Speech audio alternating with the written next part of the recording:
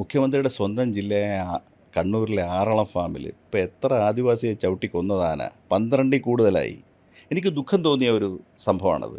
സ്വന്തം ജില്ലയിൽ സർക്കാർ നടത്തുന്ന ഒരു ഫാമിൽ പുനരധിവസിപ്പിക്കപ്പെട്ട ആദിവാസികളിൽ 12 പേരെ ആന ചവിട്ടി കൊല്ലുന്നു. ഞാനെന്നും എൻ്റെ പ്രസ് കട്ടിങ്ങിൽ നിന്ന് ഞാൻ മനസ്സിലാക്കുന്നുണ്ട്. മുഖ്യമന്ത്രിയായിട്ടിരിക്കുന്ന ഒരാൾക്ക് ആ ഫാം സന്ദർശിക്കണമെന്ന് തോന്നില്ലേ? ഇതുവരെ പോയിട്ടില്ല, തിരിഞ്ഞു നോക്കിയിട്ടില്ല. ഞാൻ ഒരു രസകരമായ ഒരു കാര്യം കൂടെ ഞാൻ പറയാം. കേരളത്തിൽ ഒരു സമയത്ത് ഞാൻ കെ കരുണാകരനെ വളരെ ബഹുമാനിച്ച ഒരു സംഗതിയുണ്ട്. അദ്ദേഹം മുഖ്യമന്ത്രിയായിട്ടിരിക്കുമ്പോഴെല്ലാം അദ്ദേഹം പട്ടികജാതി പട്ടികവർഗ ക്ഷേമ വകുപ്പിൻ്റെ ചുമതലയെടുക്കും. CV ആനന്ദബോസ് സെക്രട്ടറി ആയിരുന്നു. അദ്ദേഹം പറഞ്ഞ് ഗ്ലാമർ വകുപ്പുകൾ എടുത്താൽ പോരാ, അദ്ദേഹം SC/ST വകുപ്പ് എടുത്തിട്ട് ഇന്ന് കേരളത്തിലെ SC/ST വകുപ്പിൻ്റെ പിന്നെ വികസന പരിപാടികളിലെ ആധാര സ്കീമുകൾ മുഴുവൻ CV ആനന്ദബോസ്, ഇപ്പോൾ വെസ്റ്റ് ബംഗാൾ ഗവർണറായിരുന്ന മനുഷ്യൻ സെക്രട്ടറി ആയിട്ട് എഴുതി തയ്യാറാക്കിയ സ്കീമുകളാണ്. അദ്ദേഹം ഒരു ടേമൊക്കെ ഉണ്ടാക്കി, കൺസിയൻറ്റൈസേഷൻ പ്രോഗ്രാം. അതായത് ഉന്നത സമുദായക്കാർക്ക് ഇവരുടെ ദുരിതത്തെക്കുറിച്ചുള്ള വേണ്ടതായിട്ടുള്ള ഒരു അവബോധം നൽകുന്നതിന് പോലും അന്ന് സ്കീമുണ്ടാക്കി. അപ്പോൾ അങ്ങനെ പ്രവർത്തിച്ചിട്ടുള്ള മുഖ്യമന്ത്രിയുണ്ട്. കേരളത്തിലെ പട്ടികജാതി പട്ടികവർഗ വിഷയങ്ങളിൽ എക്സ്ക്ലൂസീവായിട്ട് കഴിഞ്ഞ 10 വർഷത്തിൽ എത്ര ദിവസം മുഖ്യമന്ത്രി ചെലവഴിച്ചു അറിയാമോ?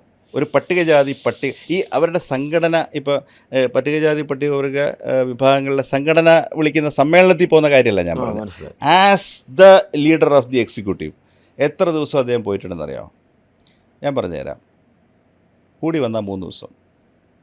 ഒന്ന്, മറ്റേ അട്ടപ്പാടിയിൽ മധു മരിച്ചില്ലേ, അട്ടപ്പാടിയിലെ മധുവിൻ്റെ വീട്ടിൽ അദ്ദേഹം പോയി. വളരെ വിഷമിച്ച തിണ്ണയിൽ അല്പസമയം പോരുന്നു.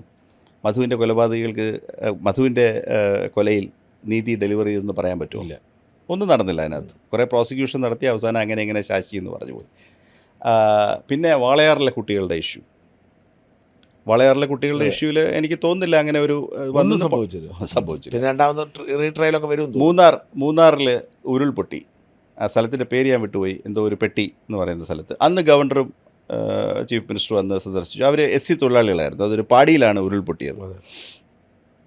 പിന്നെ മുണ്ടക്കയിലൊന്നും SCകളല്ല അവിടുത്തെ ഭൂരിപക്ഷം ജീവനക്കാരും. അപ്പോൾ ഞാൻ പരസ്യ റെക്കോർഡിൽ നിന്ന് ഞാൻ മനസ്സിലാക്കിയത് SC/ST വകുപ്പ് മുഖ്യമന്ത്രി നേരിട്ട് സമയമെടുത്ത് ചെലവിട്ടത് 3650 ദിവസത്തിൽ 3 ദിവസം. എന്നിട്ട് ഞാൻ വിചാരിക്കുന്നു ഞാൻ തുടർഭരണം കിട്ടുമെന്ന്.